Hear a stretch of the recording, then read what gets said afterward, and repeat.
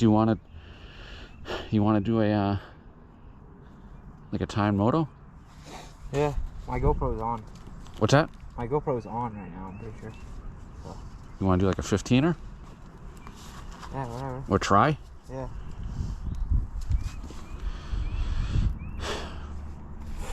All right, we'll just get after it. Get it. Yeah, if we stay on the same lines, it shouldn't be bad. Obviously, I'll switch up on that whoop section, just fucking whatever one. Yeah, maybe I'll try your line up there. Well, I'm just, I go. You go wide. Yeah, because see, I don't have to sit down. It's way out there, but it's smoother for me. I'll try inside. This is where we practice this stuff, right? Yeah.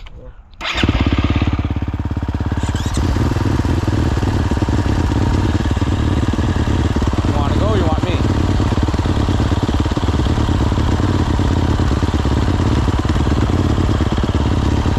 You pick. You want to get sandblasted or you want to sandblast me?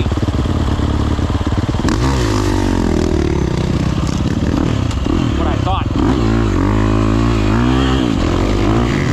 What's up? It's D. Welcome back to the channel. Just doing a practice sesh 2-day segment practice video of us this week. It's me and my teammate Pete getting it on. It's April 16th and April 19th. This is a 2-day video, so it's going to be quite lengthy. I try to cut it down as much as I could. But anyway, we'll go over what we're working on. We're prepping for a Southwick J-Day and just getting used to the sand or comfortable in the sand. We didn't have rain for a while, but it finally rained and the sand is like mint. So I figured why not? All the trails last week were dusty. We'll work on some trails in the second segment, but we're just doing this like all sand loop real quick on a Sunday, I want to say it was. And yeah, Pete's flying in front of me. He's hitting me with some sand showers over here, and I'm chasing him. But yeah, today we were working on turns, and we were working on setting up his bike suspension wise. There's a section I'm trying to show him, and also we threw in some starts. And then the second day, when that comes, I'll explain. But we were doing some woods and more starts, and yeah, you get what you put in. So I'm chasing him around, and I think I stopped this at like 2 laps. Here's pretty much the I want to say the beginning of the lap is top of the hill, so that's 1 lap down. Real fast laps. We tried to do 15 minutes. We only ended up doing like 13, and he went down. That turn always gets him, it seems. This section is where I'm trying to work on to get him faster on. It's like real sandy beach sand. Whoops. I took his line that time, but usually I go outside and I try to zing across the whoops as fast as I can. But anyway, this is just all experimenting, and this section right here, it's like a mini plateau that goes up and down. I struggle there a lot, but that's why I'm here. We're working on stuff, and he's working on stuff. I'm trying to get him familiar with J-Day stuff. Not that I know a whole ton about it, but he hasn't really been. He's been to 1 J-Day, and he was jaded from it. He hated it. I'm trying to convince him it's not that bad, and they're actually fun, and they're very challenging, those races. If you're a motocross guy, the woods section or segment is very challenging for me. So some people have it, some don't. I definitely don't, but we're working on it. So the next day after this, so I'll finish on this day, we practice some starts, which you'll see shortly. He's never really did a start or practice, so we're practicing some, and just trying to simulate the race and get some seat time. Trying to grip my bike with my legs, as I always say. Still working on that. I gotta work on using more front brake than rear brake. I'm definitely a rear brake dragger. Trying to get away from that, but I don't see it happening. And staying on the balls of my feet. So right above or outside of the arch. So more on the tippy toes. Not tippy toes, but in between your toes and your arch. That's the ball. Anyway, 3, 2, here's Pete doing some starts, me and him doing some holies, trying to, it's kind of just on a count system, and yeah, we're just trying to see how the bike's launched. Not really necessarily doing a first turn scenario, but it's kind of what we were practicing. We probably did like 8 or 10 starts this day, and then the next day we did some more. I made some changes on my bike. Here's us going over that whoop section that I was talking about. So that was Pete singing it. I'm messing with the suspension. I took his bike for a ride over that, and I thought I needed to slow down the rebound for him. So we're messing with that, and we're trying it. I adjust it excessively and have him go, and then come back and adjust it. This is what you gotta do if you gotta mess with your suspension. You need a partner to give some calls and get you in the right direction. I kind of figure it out myself, but I have some of the other guys, like my friend Clint and Chad, they ride my bike and give me some feedback also, and we all come to a conclusion or a setting. And it's all by feel basis, right? If you like it stiff, you like it stiff. If not, not. So here's segment 2. This is day 2. We're gonna do a couple laps here, and then I'll shut it off. But we're using the woods loop. But here's that plateau section. We changed it up. We're going backwards on this layout, which I've never really done, and nor has Peter. So this is good because it's like a J-Day. You don't know what to expect. Everything's square edged against you. So now we're going backwards. Now we're going to use the woods loop, which I actually like better going backwards. So this is kind of like a cart road section with some roots in it. It gets kind of slippery, and then you have some like mini hill climbs to get a straightaway, and then a hill climb right here coming up.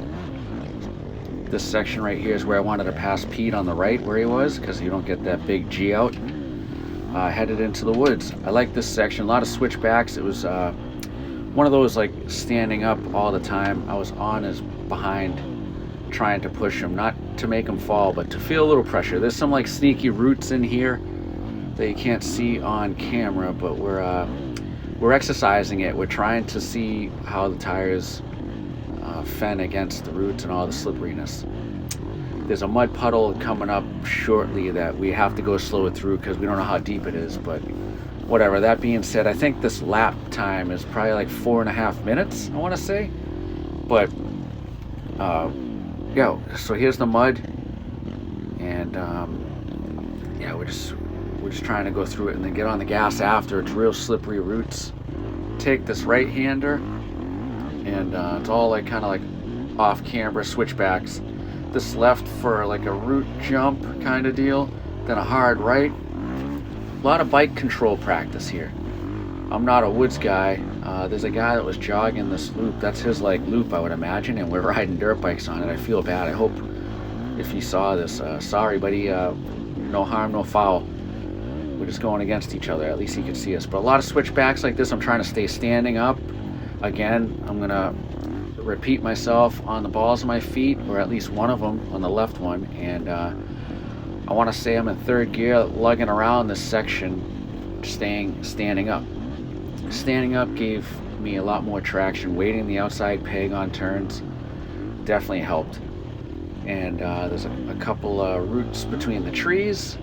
This right-hander has a ton of roots. I tried an inside line to see if I could make it stick for further passing opportunities. I'm always looking at different lines, but I'm not good at it. Like this one right here, Pete saw me after the first time go through that. Now he's using it. A lot of roots there, and then this is kind of a high-speed switchback, left right, all the way through this, and then we'll end up into like a sand section. This is getting a little whooped out, which is fun. Challenge for your suspension, I guess. Those are the areas I'd like to slow down my rebound so I can go faster and keep the rear wheel on the ground. So here's a sand section that this right-hander draws you into that tree. See how you almost went into it? Me too. Going down this hill now, there's a lot of roots, and then this is like a wide open cart road with some whoops right here. I was tripling one of the whoop sections right there, and then these got really big, and then left-hander into the sand. So this is a sand track that sand layout that we were practicing earlier. I somehow got by him there. I think I'm just holding it on, or I don't know. I like sand, so that's where I'm comfortable. That's why I like Southwick a lot. So we're just doing this loop, and I think I do 2 laps here with Pete. Following him or practicing with him in front of me is definitely a good scenario to duplicate or replicate like a race, because I'm never in the front, so might as well practice in the back, following someone getting sprayed with sand. And I don't like it, but it is what it is. Until I can commit to starts and get better at them, that's what I'm going to deal with. And anyway, it's just more challenging when you have someone in front of you spraying you with shit. As I always say, it's easy to like go with a clean track. So if you're practicing by yourself, that's great, but then you get to a race, it's like total opposite. There's like 50 bikes around you, and I don't know, I'm more hesitant when I don't trust the person riding next to me. So I'm grateful to be practicing with him. And in the woods over here, this is Hawkins, I caught up to him somehow. He was in our loop with his kid, and he just decided to turn it up and give me a run for my money, that's for sure. He's fast. I was trying to keep up with him in the woods. He was gone. But so this is that second lap. I caught up to him. He was with this kid, and then he took off, and I was like, oh, let's go. And the dude like blew my doors off, but it was fun. I definitely stepped up my pace because I wasn't riding alone. So these things are good to have someone in sight, in a hope for a chance to catch up to someone. Just like in a race, if there's no one in front of you, you have to motivate yourself to go fast all the time. But if there's someone in front of you, you can gauge how fast you're going against what they're going to.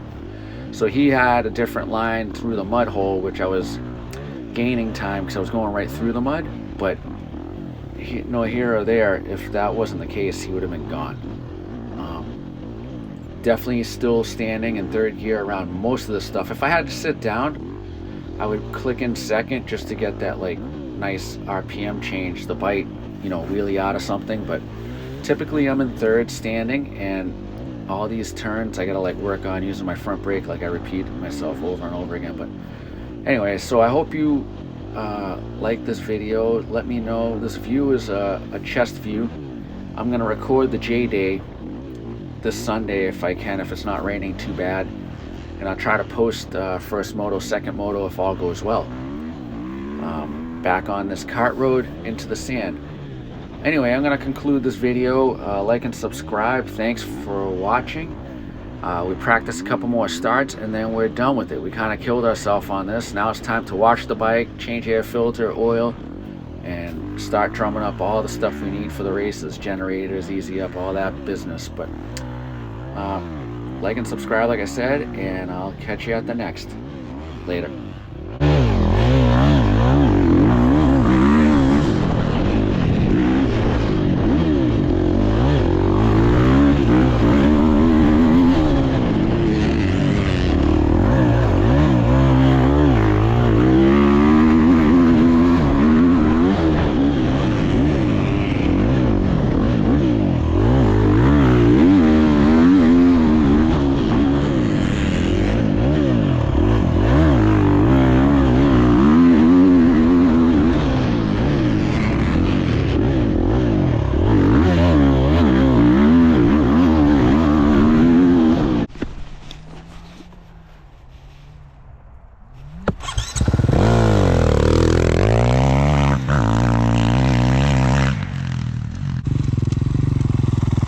One more.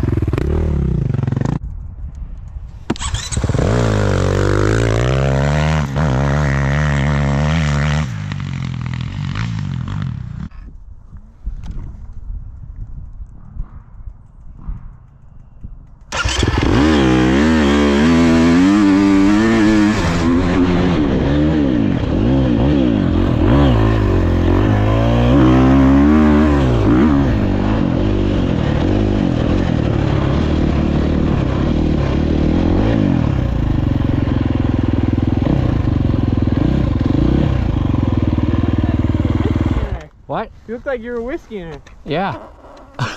What? I gotta shit my pants. Yeah, you were like, Yeah. your fucking legs are hanging off. Oh.